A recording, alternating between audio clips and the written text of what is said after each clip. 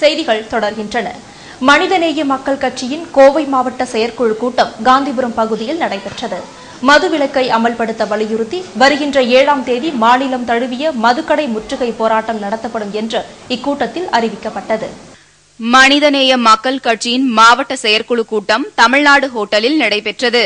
மாவட்ட செயலாளர் சுல்தான் அமீர் தலைமையில் நடைபெற்ற இக்கூட்டத்தில் இளைஞரணி செயலாளர் அப்பாஸ், துணை செயலாளர் ஷாஜஹான், பொருளாளர் அப்பாஸ் மற்றும் நிர்வாகிகள் ரபிக் பஷீர் உள்ளிட்டோர் கலந்து கொண்டனர்.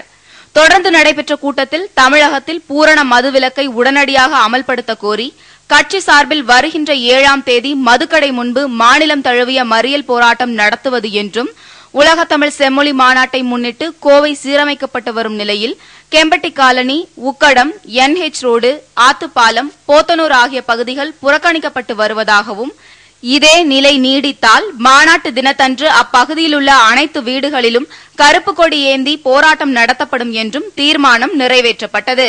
மேலும் மாநகராட்சிக்குட்பட்ட சந்தைகளில் சுங்கவரி, வாகன வரி, கடை வரியை உயர்த்தியதற்கு எதிர்ப்பு தெரிவித்து மாநகராட்சியை கண்டித்து போராட்டம் நடத்தப்படும் என்றும், உக்கடம், குனியமுத்தூர் உள்ளிட்ட பகுதிகளில் செயல்பட்டு வரும் டாஸ்மாக் கடையை உடனடியாக அப்புறப்படுத்த மாவட்ட நிர்வாகம் நடவடிக்கை எடுக்க வேண்டும் என்றும் கூட்டத்தில் வலியுறுத்தப்பட்டது.